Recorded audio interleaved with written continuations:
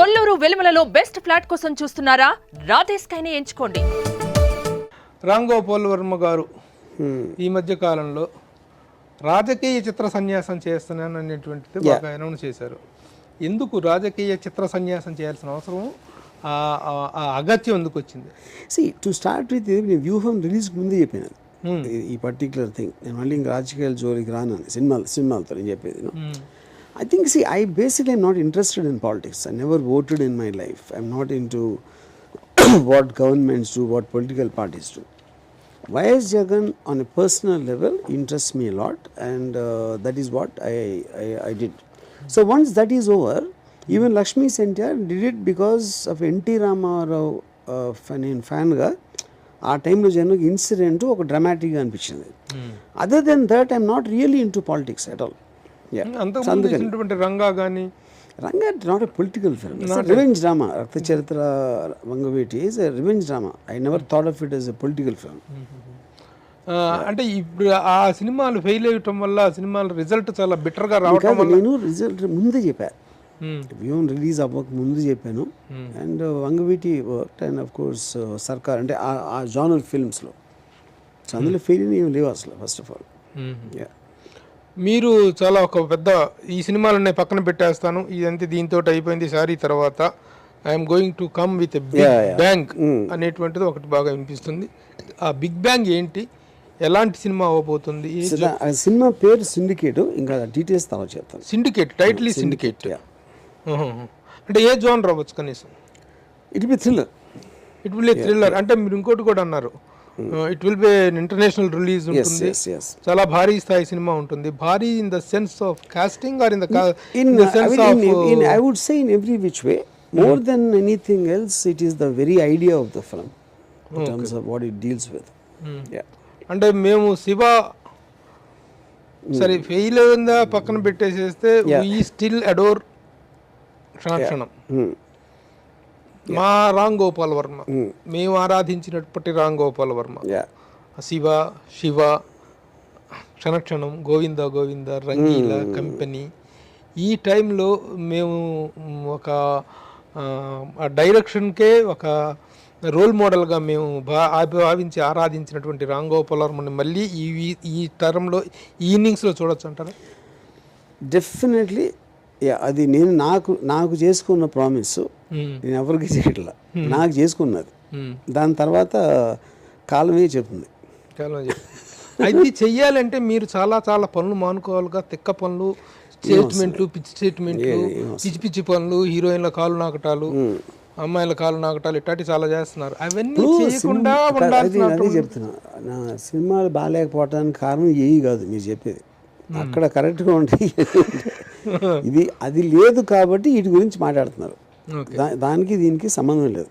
పోతే వరుణ్ గారు, నేను మిమ్మల్ని, మీరు నన్ను 35 ఏళ్ళుగా చూస్తున్నాం.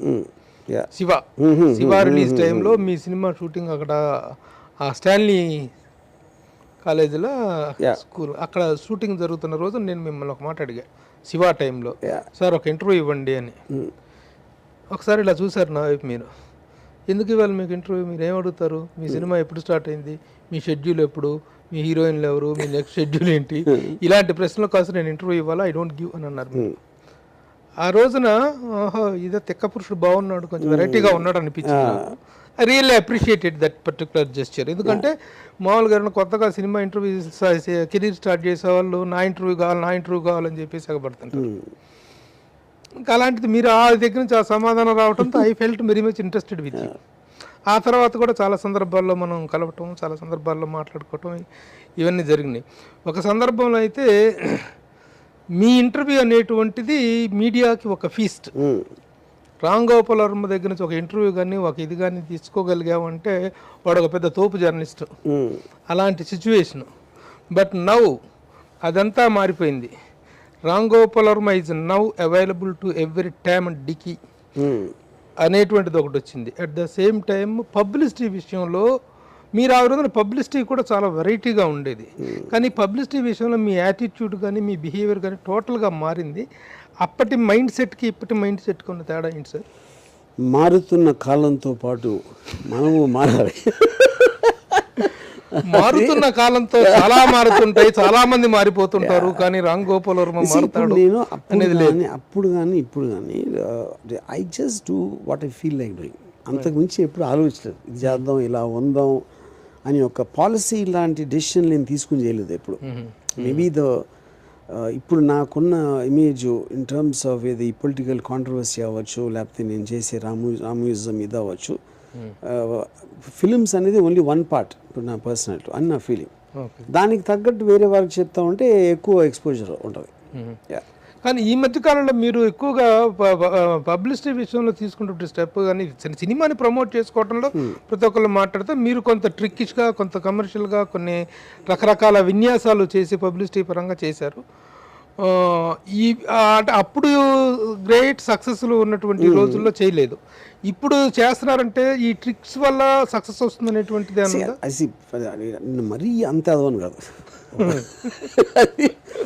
సో ద పాయింట్ ఈస్ అది అన్నిట్లో there all different facets of my personality. When I am tweeting something about international thing or a local thing or I am doing some philosophical episodes or whatever, they are different facets of my personality.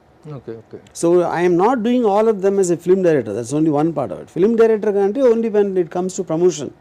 Release అప్పుడు చేస్తాను. Okay. ఇప్పుడు రామ్ గోపాల్ వర్మ గారు touch చేయని concept subject అంటూ ఏం లేకుండా ఉంది. ఒకప్పుడు only he is confined only to films. Later he confined himself to he has expanded himself to so many other areas of the society. చాలా విషయాలు మాట్లాడతారు మీరు, హిందూ దేవుళ్ళ గురించి మాట్లాడతారు మీరు, రాజకీయాల గురించి మాట్లాడతారు మీరు, సినిమా ఇండస్ట్రీలో స్టార్స్ గురించి వాళ్ళ గురించి ట్వీట్లు పెడతారు. ఏ విషయము కూడాను అన్లెఫ్ట్గా ఉన్నటువంటిది ఏది ఉండదు. You have touched all the things. వీటన్నిటిలో కూడా ఒక్కొక్క దాని గురించి వచ్చినట్లయితే ఫస్ట్ రాజకీయాల్లో జగన్మోహన్ రెడ్డి గారు వైఎస్ఆర్సీపీ అనేటువంటిది మొన్న ఎలక్షన్స్లో ఓడిపోయిన తర్వాత మీలో వచ్చినటువంటి మార్పు ఏంటి? ఆ తర్వాతనే అది ముందే ఊహించి మీరు రాజకీయ చిత్రాలు చెయ్యను అని చెప్పేసి స్టేట్మెంట్ ఇచ్చారనేటువంటిది ఒక అభిప్రాయం ఉంది. ఇట్స్ నథింగ్, నేను చెప్పింది ఐ మీన్ ఫేస్ వాల్యూ తీసుకుంటే ట్రూత్ అది. దీని వెనకాల ఏదో ఉద్దేశం ఉంది అంటే దానికి నేనే చేయలేను. What I meant was exactly that. So ఒకవేళ వైఎస్ఆర్సీపీ మళ్ళీ అధికారంలోకి వచ్చినట్టయితే మీరు రాజకీయ చిత్రాలు కానీ ఈ రాజకీయ పరమైనటువంటి వీటిని కానీ కంటిన్యూ చేసి ఉండేవారు. ఇప్పుడు as a director I get attracted to a subject, not anything else. నేను వైసీపీ పార్టీ అంటే నేను వైసీపీకి ఓటేయాలి, లేకపోతే అప్పుడు నేను ఎప్పుడు గవర్నమెంట్ గురించి కానీ పార్టీ గురించి కానీ పాలసీల గురించి కానీ ఎప్పుడు మాట్లాడలేదు. I only talked about Jagan as a person. ఇప్పుడు తను ఎక్కడి నుంచి స్టార్ట్ అయ్యి sudden death of the father నుంచి మరి ఇడిపోయి పార్టీ పెట్టి what all you went through, that journey is what which attracted to me on a personal level. And I don't have any knowledge of parties and politics other than that. So that is what the thing is. అది అయిపోయింది కాబట్టి నేను చేయనని చెప్పాను. అంటే అంత అద్భుతమైన జర్నీలు అనేటువంటి మిగతా వాళ్ళ దగ్గర కూడా ఉన్నాయి కదా. పవన్ కళ్యాణ్ అనే వ్యక్తి అన్నయ్య ప్రజారాజ్యం పార్టీని పెట్టిన తర్వాత అది అయిపోయిన తర్వాత తను అన్కాంప్రమైజ్డ్ ఫైట్ చేసి 2 చోట్ల పోటీ చేస్తే 2 చోట్ల ఓడిపోయి 10 సంవత్సరాల పాటు ఒక అవమానకరమైనటువంటి స్థితిలో అతను సాధించుకొని వచ్చేసి ఈ రోజున 100% స్ట్రైక్ రేట్తో రాజకీయ పాలిటిక్స్లో డిప్యూటీ సీఎం స్థాయి. ఆ కథలో మీకు ఎలాంటి ఇన్స్పిరేషన్? అది చెప్తున్నా. నా పాయింట్ ఇప్పుడు నేను జస్ట్ బ్రీఫ్గా ఒక 1 minute చెప్పాను అనుకోండి. సారీ, ఏంటి 1 minute? ఒక మామూలు పర్సన్ ఫాదర్ చీఫ్ మినిస్టర్ అనుకోని విధంగా ఒక షాక్లో ఒక యాక్సిడెంట్లో ఆయన పోయి దాని నుంచి ఏమైపోతుందిరా పార్టీ అనేది ఇంత జరుగుతున్న టైంలో వాట్ ఎవర్ ఓదార్పు యాత్ర వెళ్ళి దాని నుంచి పెద్ద పెళ్లి అభిమానం చూసి హైకమాండ్ వద్దంటున్నా వినకుండా తను పార్టీ పెట్టి and then he went through, then he went to jail. ఆ కేసెస్ అన్నీ అనుభవించి జైలుకి వెళ్ళి దాని తర్వాత మళ్ళీ బయటకు వచ్చి ఆ ముండితనం కంటిన్యూ చేసి ఒక పర్టికులర్ టైంలో he reached a pinnacle of success. ఇంత డ్రామా మీరు వేరే చోట్ల ఎక్కడ ఉంది చెప్పండి? ఇక్కడ I'm not saying anything. Pawan Kalyan as a big star and then maybe ఒక one particular time he lost and then he proved himself. అంతకన్నా మీకు డ్రామా లేదు కదా అక్కడ. అట్లా అంత డ్రామా లేదు కాబట్టేనా మీరు ఆయన క్యారెక్టర్ పెట్టేసి ఒక అవమానకరమైన అవహేళనతో ఒక చిత్రం తీశారు మీరు? So that is what I'm saying. అది ఇప్పుడు మళ్ళీ దాన్ని తీసుకుని ఎక్కడ వస్తాం, వదిలేండి, చేసాం కదా. ఓకే.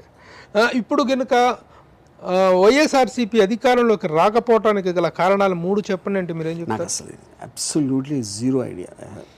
పోనీ తెలుగుదేశం కూటమి ఎందుకంటే నేను ఎప్పుడు ప్రజలను పట్టించుకోలేదు. ఇప్పుడు ఎవెన్చువల్లీ ఓట్లు వేసేది ప్రజలు. నేను ఇష్టపడింది ఏంటంటే ఒక క్యారెక్టర్. వైసీపీ పార్టీ ఎంత బాగా పరిపాలించింది, జనాలకు నచ్చిందా ఏమీ నచ్చలేదు అనేది నాకు తెలియదు అసలు. I have no idea about that because నేను అసలు జనాల్ని పట్టించుకోను. సినిమా ఇండస్ట్రీలో 3 వ్యక్తులు విపరీతంగా ఈ పాలిటిక్స్ గురించి మాట్లాడి సటైర్లు పెట్టి చేశారు. మీరేమీ చేయలేదని అంటే ఎట్లా? చంద్రబాబు నాయుడు గారు రాజమండ్రి జైల్లో ఉంటే మీరు వెళ్ళిపోయి అక్కడ ఫోటోలు దిగి మరీ ట్వీట్లు పెట్టారు మీరు.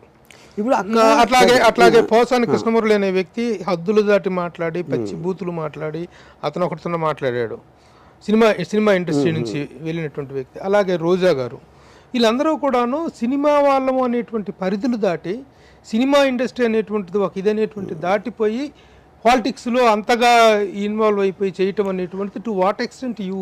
ఇప్పుడు పాయింట్ ఫోటో పెట్టడం అనేది అక్కడ వైఎస్ జగన్ ఉన్న తీసేవన్న ఫోటో నేను బాల్ ఠాక్రే ఉన్న తీసేవాడు. 16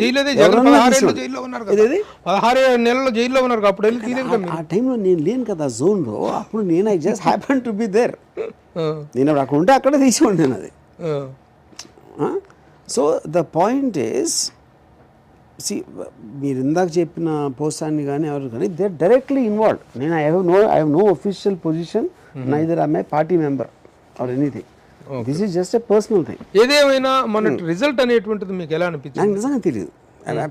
అదేంటి 151 సీట్ల నుంచి 11 సీట్లోకి వచ్చి ఇదేనటువంటిది అది ఆ రిజల్ట్ అంత అద్భుతమైన చరిత్ర. నిజంగా మీరు చెప్పండి, ఇంత డ్రామా వేసి ఎవరి దగ్గర ఉంది సినిమా తీయడానికి? జగన్మోహన్ రెడ్డి దాంట్లో నిజంగా అద్భుతమైన డ్రామా. సోనియా గాంధీ లాంటి వ్యక్తిని ఎదుర్కొని పార్టీ పెట్టి తండ్రి చనిపోతే ఆ వీరోచిత పోరాటం చేసినటువంటి రాజకీయ నాయకుడు ఎవరూ లేరు. అతను రాజకీయ ధీరుడు, నో డౌట్ అబౌట్ దట్. అంతటి ధీరుడు ఈ స్థాయికి రావడానికి కారణం ఏంటి అనేటువంటిది ఒక చిన్న విశ్లేషణ ఉండుంటుంది కదా మీ దగ్గర? నాకు లేదు. ఎందుకంటే ఇందాక చెప్పాను కదా, అది ప్రజలకు సంబంధించింది. ప్రజల మీద నాకు ఐడియా లేదు అసలు. I have no clue about what people are. Okay. ఇకపోతే సినిమా ఇండస్ట్రీకి సంబంధించినటువంటి విషయాల్లో మీరు చాలా సందర్భాల్లో చాలా ట్వీట్లు చాలా రకరకాల చేశారు. ఫస్ట్ మెయిన్గా విషయానికి వస్తే mega compound and Allu compound అనేటువంటి వాటి మధ్య ఒక ఇది పెట్టడం కోసం మీరు చేస్తున్నారు ప్రయత్నాలు. అల్లు అర్జున్ని పర్టికులర్గా మీరు హైప్ చేస్తున్నారు. అల్లు అర్జున్ని కావాలని, అల్లు అర్జున్ మీద అది ప్రేమ నిజంగా మీకు? I'm reflecting the truth. నేనేం హైప్ చేస్తాను? అల్లు అర్జున్కి నా హైప్ ఎందుకు అవసరం అసలు? బాక్స్ ఆఫీస్ చెప్తాను కదా, నేనేమని చెప్పడానికి.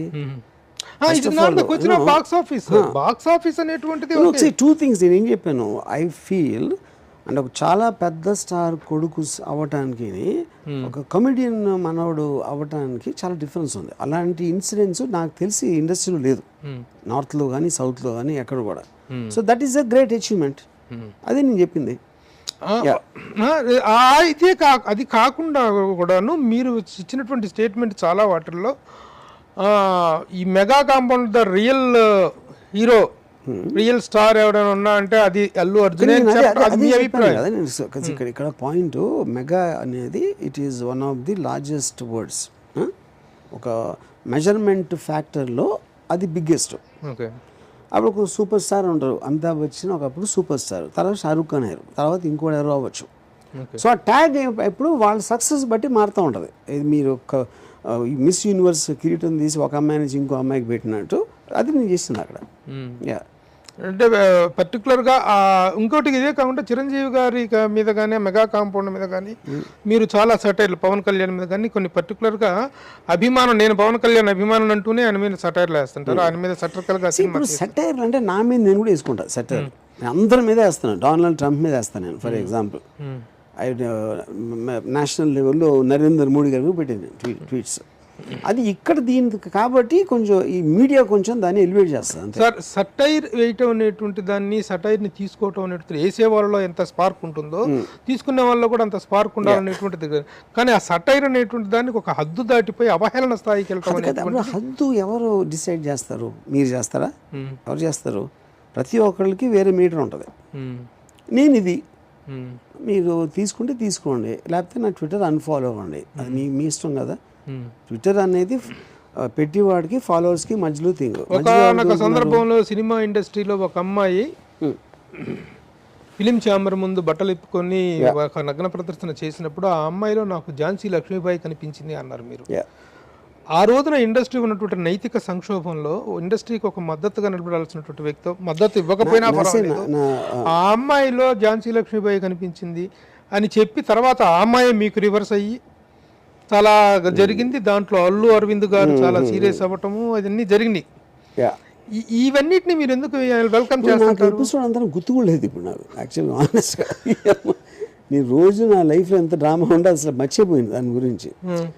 అంటే ఇప్పుడు అది ఒక ట్వీట్ ఒకటి ఉంటుంది, లేకపోతే దానికి ఎవరో కౌంటర్ ఎవరు చెప్తే నేను దానికి ఏదో చెప్పి, లేకపోతే ఒకళ్ళు మిస్ఇంటర్ప్రిట్ చేసి రకరకాల ఫ్యాక్టర్స్ ఉంటాయి దాంట్లో యూనో.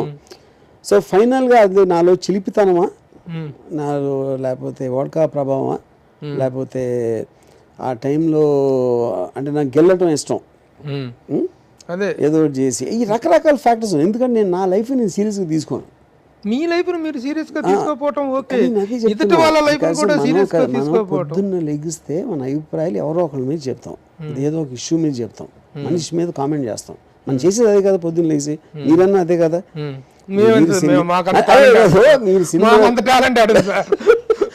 ఏదైనా చిన్న విమర్శ వస్తేనే మేము తట్టుకోలేం. మరి మీరే అదే గుండె, అదే మనిషి, అదే హార్ట్, మాకు అర్థం కాదు. ఓకే, ఏదేమైనా ఈ గిల్లుడు గిచ్చుడు గెలుగుడు గోకుడు ఇవన్నీ ఇష్టం మీకు. ఇవి ఒక వయసు వచ్చిన తర్వాత తగ్గాలి కదా సార్? పెరిగింది, ఇప్పుడు పెరిగింది. అదే వయసు వచ్చే పెరుగుతుంది యాక్చువల్గా. ఇప్పుడు వాట్కా ఐ థింక్ ఇప్పుడు మీకు ఇంకా మీడియం కూడా ఉంది కదా. మీకు టెక్నాలజీ ఫర్ ఎగ్జాంపుల్ ట్విట్టర్ అనేది లేదనుకోండి, నా 90% నా కాంట్రవర్సీ ఉండవు. ఆ టెక్నాలజీ ఇచ్చిన సదుపాయం ఇదంతే. సదుపాయం మా ఇష్టం, ఎవరి ఇష్టం, మీరెవరు చెప్పడానికి. ఎవడ ఇష్టం వచ్చినా వాడు వాడుకుంటాడు. ఇది కాకుండా మీరు హిందూ దేవుళ్ళు మీద చాలా సటైర్లు వాడుతుంటారు, చాలా లాజికల్ పాయింట్స్ అడుగుతుంటారు, చేస్తుంటారు, పోక్ చేస్తూ ఉంటారు. ఓకే, మీరు రేజ్ చేసిన పాయింట్స్ని వేరే అంటారా? ప్రతి మతంలోనూ మౌఢ్యం ఉంది, ప్రతి మతంలోనూ మూర్ఖత్వం ఉంది, ప్రతి మతంలోనూ ఔన్నత్యం ఉంది, అద్భుతం ఉంది. మళ్ళీ అరెస్ట్ చేస్తారు మిమ్మల్ని. ఎవరిని? నన్నారా? ఓకే, నేను ఉంది, ప్రతి మతంలో ఉంది. బెలవాళ్ళే మౌఢ్యము మూర్ఖత్వము అనేటువంటిది ఇది మతంతో అనే మనిషి అనేటువంటి వాడు సృష్టించింది మతం. వాడు అన్నిటిలోనూ ఉంది, అన్నిటిలోనూ ఔన్నత్యాలు ఉన్నాయి, అద్భుతాలు అద్భుతాలు ఉన్నాయి. కానీ మీరు ఒక పర్టికులర్గా హిందూ మతాన్ని మాత్రమే తిడతారు, మిగతా వాటి విషయాల్లో ఎప్పుడు మీరు మాట్లాడరు, ఎలాంటి పాయింట్ అవుట్ చేయరు. అది మిగతా వాళ్ళ పట్ల భయమా, లేకపోతే హిందూ మతం మీద చులకన అనుకోవాలి? అది ఫస్ట్ ఆఫ్ ఆల్ తప్పది. నేను జీసస్ క్రైస్ట్ గురించి I said I don't trust a God who doesn't have muscles and beta, who doesn't have muscles like Hanuman. Hanuman has muscles. So అలాంటివి పెట్టాను, అందరి మీద పెడతాను. మన దగ్గర స్టోరీలో డ్రామా ఎక్కువ ఉంటుంది కాబట్టి, లేకపోతే నాకు ఆ మతం మీద ఎక్కువ అవగాహన లేదు. నేను హిందూ కాబట్టి I know about Hindu gods, I don't know much about other things. అది తెలిసిన దాని మీద ఏదో ఒకటి పెడతాను నేను. అంటే మతాలు అనేటువంటి సున్నితమైన అంశాలు అయినప్పుడు వాటిని ప్రస్తావించేటప్పుడు మిగతా మతాల విషయాలు కూడా తెలుసుకొని కదా మాట్లాడాలి. I only care about the legal aspect, whether I can say that under the law of the land. I don't care about people, what they think, society or my family or this and that. I don't care. Yeah, that is what I am as a person. Yeah. But మీరు మీ aspect ఇక్కడే మీరు చాలా మందికి ఇష్టపడేది మిమ్మల్ని, చాలా మంది వ్యతిరేకించేది కూడా ఇక్కడ. ఆ ఇండివిజువాలిటీ, ఆ పర్టికులారిటీ, ఆ స్పెషల్ అవుట్లుక్ అనేటువంటి దాన్ని మేము ఇప్పుడు ఎంతమంది ఇవన్నీ అభిమానించబట్టే మీ అభిమానం అయ్యాం చాలా మంది. ఏమంటే ఒక జనరేషన్ ఇన్ఫ్లుయెన్స్ చేశారు మీరు. You are an influencer the Indian film field, not only particularly in Telugu film field. అలాంటి మీరు ఒక యూనివర్సల్ యాంగిల్లో మాట్లాడకుండా ఒక ఓవరాల్ టువర్డ్స్ ద బెస్ట్ చెప్పాలంటే అట్లా సొసైటీ పాయింట్ ఆఫ్ వ్యూలో కొంచెం కూడా ఇప్పుడు మీరు సక్సెస్లు ఇచ్చారు, అందరూ సక్సెస్లు ఇచ్చారు, రాజమౌళి సక్సెస్లు ఇచ్చారు, అందరూ ఇస్తున్నారు అని అంటే మనకు సీను వైట్ల అందరూ ఆల్ డైరెక్టర్స్ సక్సెస్లు ఇస్తున్నారు. కానీ వాళ్ళు they much confined themselves only to the film things only. See, but the point is not that మీరు why are you, I am saying why should I not అంటున్నా నేను. దానికి ఉన్నారు కదా reason. why are you not doing, why should I not do it, and why are you doing it అంటే why should I not do it అంటున్నాను. అది I feel like doing it.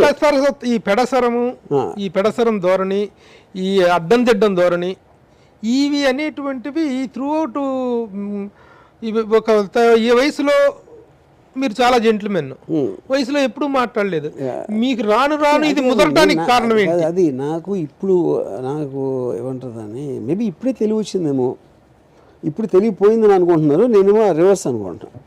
సరే ఇది వదిలేద్దాం సార్ టాపిక్.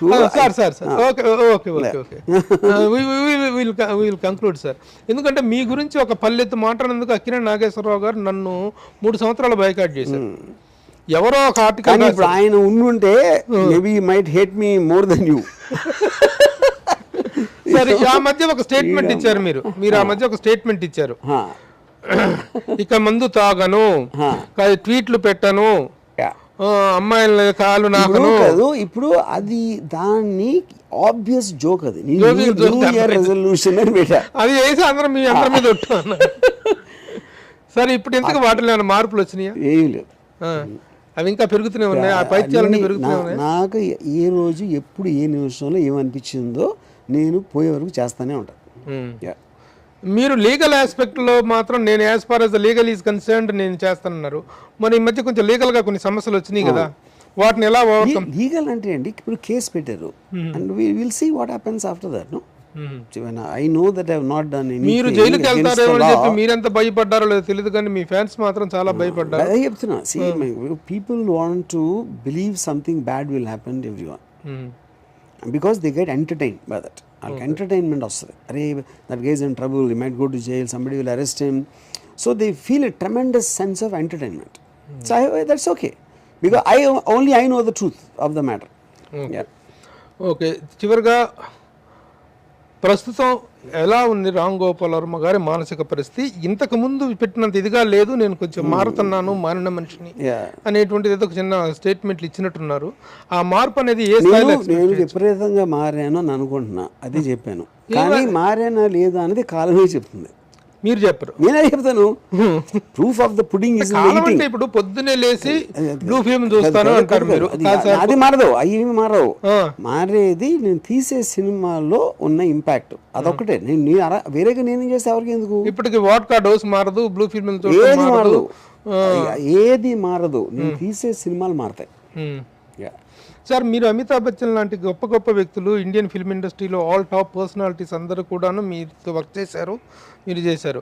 కానీ మీరు కొన్ని సందర్భాల్లో స్టూప్ డౌన్ అయిపోయి ఆడదాన్ని అభిమానించడం వేరు, ఆరాధించడం వేరు, ప్రేమించడం వేరు, ఇది డిఫరెంట్ స్టేజెస్ ఉంటాయండి. కాలు నాకటం వేరు. మీరు కాలు నాకటాన్ని ఏ ఇమోషన్గా తీసుకుంటారు? కాలు నాకటం అత్యంత ఆరాధ్యం, అది దానికన్నా మించిన ఆరాధ్యం అనేది ఉండదు.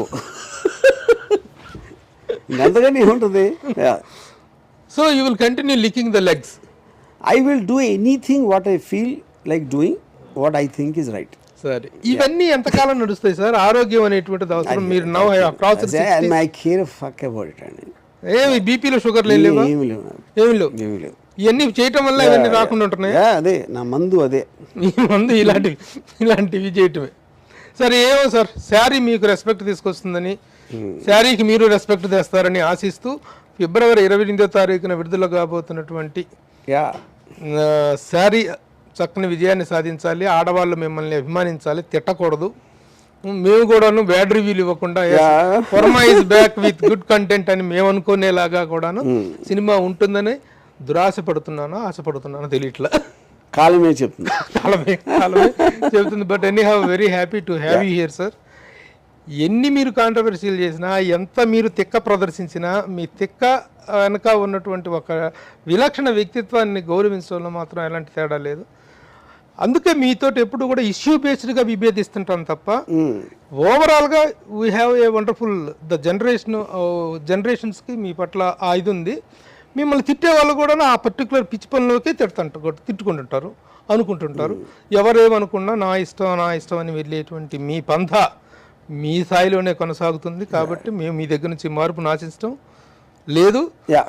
సినిమా మాత్రం సక్సెస్ అవ్వాలి, సక్సెస్ అవ్వాలని కోరుకుందాం. మీరు నెక్స్ట్ చేసిన ప్రామిస్ మాత్రం నిలబెట్టుకోవాలి. ఏ వరల్డ్ క్లాస్ సినిమా తీయబోతున్నా నేను అని చెప్పారు మీరు. అదేనా నిలబెట్టుకుంటారో అది మాత్రం Yes. దాని మీద చాలా ఎక్స్పెక్టేషన్స్ తో ఉన్నాం ఆనాటి. అది నేను చేయకపోతే మాత్రం మీ డెన్నుకి వచ్చి కొట్టండి, మీ మొత్తం మీ కెమెరాలు తీసుకొచ్చి నన్ను చెప్పుతో కొట్టండి. ఇది open challenge. Great sir, Yeah, great, okay. Very nice to have you. Hi Araja, you are beautiful. Congratulations, man. It's a wonderful opening for you in Telugu. Definitely you will become good offers, you will get good offers from Telugu. Telugu industry is such an industry, it gives such a high respect to the heroines. They keep you in high. So I wish you all the best. Thank you, sir. Thank you very much. Bye.